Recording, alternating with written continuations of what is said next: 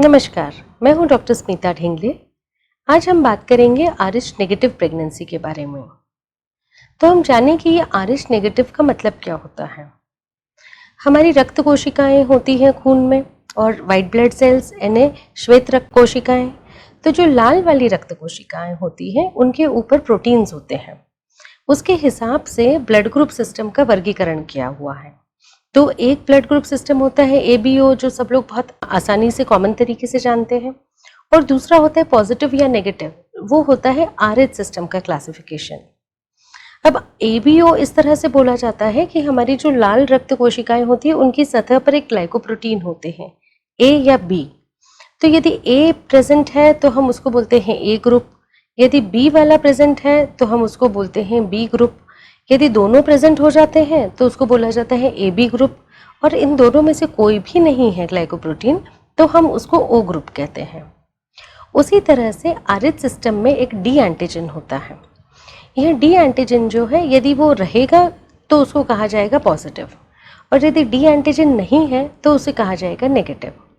तो ABO तरीका और RH सिस्टम का तरीका, ये दो कॉमन तरीकों से हमारे ब्लड ग्रुप को क्लासिफाई किया गया है या वर्गीकरण किया गया है, और ये बहुत ही ज़रूरी है कि हम सबको अपना अपना ब्लड ग्रुप मालूम हो। अब RH नेगेटिव का मतलब होता है कि वो D एंटीजन प्रेजेंट नहीं है, और हमारे देश में करीब 15% लोग ऐसे रहेंगे जिनके पास ये नहीं है, तो वो नेगेटिव ग्रुप के होते हैं। तो हम दोनों ब्लड ग्रुप के सिस्टम को यदि मिलाते हैं तो आप हो सकता है A पॉजिटिव A नेगेटिव हो, या B positive B negative, AB positive AB negative, या O पॉजिटिव O नेगेटिव हो सकते हैं।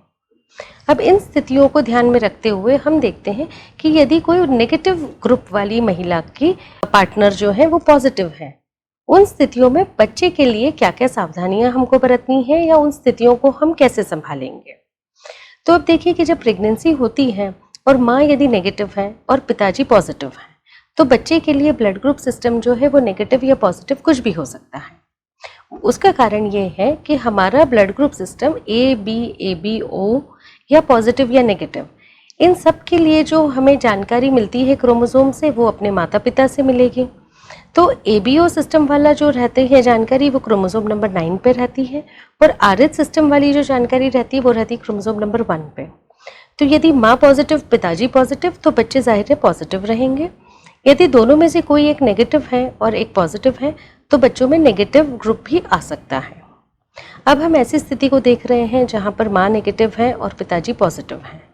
तो जो अंदर गर्भ में पल रहा है शिशु वो पॉजिटिव या नेगेटिव कुछ भी हो सकता है, पर पॉजिटिव हुआ तो पहली प्रेगनेंसी के दौरान में इतनी दिक्कत परेशानी नहीं होती है।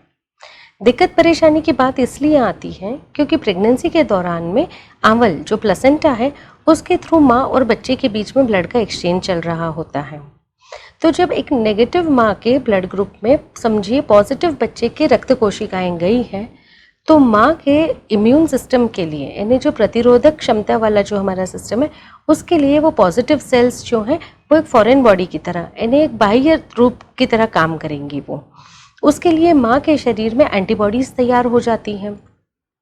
पर ये जो माँ के शरीर में एक्सचेंज हो रहा है ब्लड सप्लाई का, ये इतना ज़्यादा पहली प्रेगनेंसी में नहीं होता है कि वो पहले बच्चे में तकलीफ दें, और उस समय माँ की प्रतिरोधक शक्ति वो एंटीबॉडीज़ बनाने का काम कर रही होती है। अब ये एंटीबॉडीज़ तैयार होकर माँ के शरीर में रहती हैं। डिलीवरी के टाइम पे भी माँ और बच्चे के बीच में ब्लड का एक्सचेंज होता है, तो प्रतिरोधक क्षमता जो है वो समय के साथ बढ़ जाती है।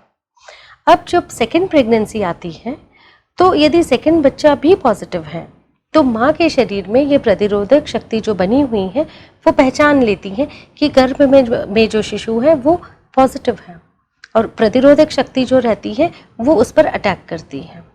अब अटैक लाल वाली रक्त कोशिकाओं पे हो रहा है, रेड ब्लड सेल्स पर। यदि उनको हम कम कर देते हैं या यदि वो डिस्ट्रॉय हो जाती है तो जो गर्भ में पल रहा है शिशु उसको एनीमिया हो जाता है। तो सेकेंड प्रेगनेंसी के आगे से फिर ये वाली तकलीफ हमें ज़्यादा देखने को मिलती है। अब ये सोचे कि इतनी स्थिति को हम रोक कैसे सकते हैं। तो अक्सर जब भी हम देखते हैं कि माँ नेगेटिव है पिताजी पॉजिटिव है, तो हम माँ को डिलीवरी के तुरंत बाद 72 घंटे के अंदर में एक एंटी-डी नाम का इंजेक्शन देते हैं। इस एंटी-डी इंजेक्शन का काम ये होता है कि माँ के शरीर में जो प्रतिरोधक वाली एंटीबॉडीज बनी हुई हैं उन्हें खत्म कर देना, वो इम्यून सिस्टम से वो हटा देती है, ताकि अगली प्रेगनेंसी में ये परेशानी ना आए। अब हम ये फॉलो करते हैं कि ये जो इंजेक्शन है एंटी डी वाला, ये 28 हफ्ते के बाद भी लगाना है और डिलीवरी के बाद बच्चे का ब्लड ग्रुप चेक करने के बाद भी माँ को ये इंजेक्शन लगाया जाता है। ध्यान रहे ये इंजेक्शन माँ को लगता है और हम कंधे पर ये इंजेक्शन लगाते हैं। ये इंजेक्शन थोड़ा महंगा होता है क्योंकि इस इंजेक्शन को बनाने की प्रक्रिया थोड़ी सी जटिल होती है, क्योंकि जिन लोगों के पास ये प्रतिरोधक शक्ति होती है उनके ब्लड से ये सैंपल लिया जाता है, तो ये इजीली अवेलेबल है आज की तारीख में। ये हमारे लिए बहुत बड़ी बात है। और बच्चे में जो गर्भस्थ शिशु है उसमें एनीमिया डेवलप होने वाली जो स्थिति है उसको बस इसी बात से रोका जा सकता है कि जब RH नेगेटिव मदर है, पिताजी पॉजिटिव हैं, तो ये एंटी डी इंजेक्शन 72 घंटे के अंदर लगाया जाए। अब किन किन स्थितियों में हम लगाएंगे? यदि माँ का गर्भपात हुआ है या उन्होंने करवाया है, या समय से पहले कोई डिलीवरी हो गई है, या फिर माँ को एक्सीडेंट हुआ है और हमें अंदेशा होता है कि माँ के शरीर में जो प्लेसेंटा है उसके थ्रू ब्लड एक्सचेंज हुआ हो, तो इन सब स्थितियों में ध्यान में रखते हुए हम एंटी डी का इंजेक्शन माँ को देते हैं। अब स्थितियाँ ऐसी बनती हैं कभी कभी कि ये एंटी डी इंजेक्शन नहीं लगा होता है, ये समझिए लगा भी हो तो भी जब माँ अगली प्रेगनेंसी में आती है हमारे पास, तो हम माँ के ब्लड में एक कूम्स टेस्ट, जिसे हम इनडायरेक्ट कूम्स टेस्ट करके देखते हैं कि क्या यह प्रतिरोधक क्षमता इनके पास है क्या। यदि ये इनडायरेक्ट कूम्स टेस्ट नेगेटिव होती है तो चीज़ें ठीक से चलती हैं और हम इन्हें एंटी डी इंजेक्शन दे देते हैं। यदि इनडायरेक्ट कूम्स टेस्ट पॉजिटिव आती है तो फिर इस प्रेगनेंसी को हम बहुत ही ज़्यादा केयर करते हुए आगे चलाते हैं और जो गर्भस्थ शिशु है उसको एनीमिया डेवलप होने का चांस है क्या, इसके बारे में जानकारी लेते रहते हैं। ये जानकारी लेने के लिए हमें बच्चे की सोनोग्राफी करनी पड़ती है और उसमें जो ब्रेन में ब्लड सप्लाई होता है मिडिल सेरेब्रल आर्टरी का, उसका हम नापते हैं। तो ये एक बहुत ही अच्छा तरीका है कि आप जहाँ सोनोग्राफी कराते हैं वहीं पर मिडिल सेरेब्रल आर्टरी डॉपलर देखा जाता है। ये जो हम प्रेगनेंसी में कलर डॉपलर देखते हैं उसी के तहत देखा जाता है और उसमें कुछ वैल्यूज ऐसी देखी जाती है जिससे कि हमें आइडिया लगे कि कहीं बेबी को एनीमिया तो नहीं डेवलप हो रहा है। कभी कभी ये स्थिति ज्यादा होती है तो बच्चे को अंदर एनीमिया होकर बच्चा अंदर खत्म भी हो सकता है और हम नहीं चाहते कि इस तरह की स्थिति आज के समय में बने।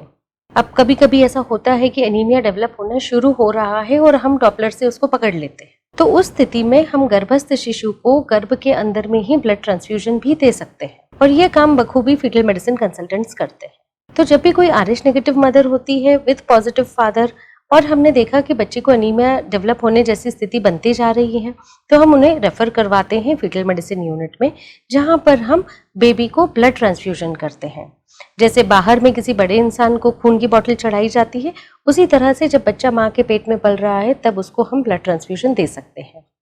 इसके लिए हम O नेगेटिव ब्लड ग्रुप लेते हैं, उसको काफ़ी इन्फेक्शन से स्क्रीन किया हुआ रहता है। बच्चे के वजन के हिसाब से बच्चे के खून में हम पहले चेक करते हैं कि अंदर ही उसका हीमोग्लोबिन कितना है और उसके हिसाब से कैलकुलेशन करके उसे हम ब्लड चढ़ाते हैं। पर हम हमेशा चाहेंगे कि इस तरह की स्थिति डेवलप ना हो और उसको डेवलप ना होने देने के लिए एक बहुत ही आसान तरीका होता है कि हम एंटी डी का जो इंजेक्शन है वो दें।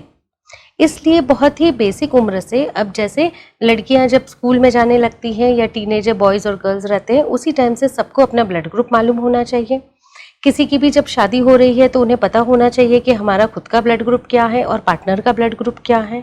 यदि इतनी अवेयरनेस होती है, इतनी जागरूकता होती है, तो परिवार खुद ही कह सकता है कि माँ का ब्लड ग्रुप RH नेगेटिव है, पिताजी का पॉजिटिव रहेगा, तो इस प्रेगनेंसी को हमें ज़्यादा ध्यान से देखना है और समय रहते एक एंटी डी का इंजेक्शन लेना है। धन्यवाद।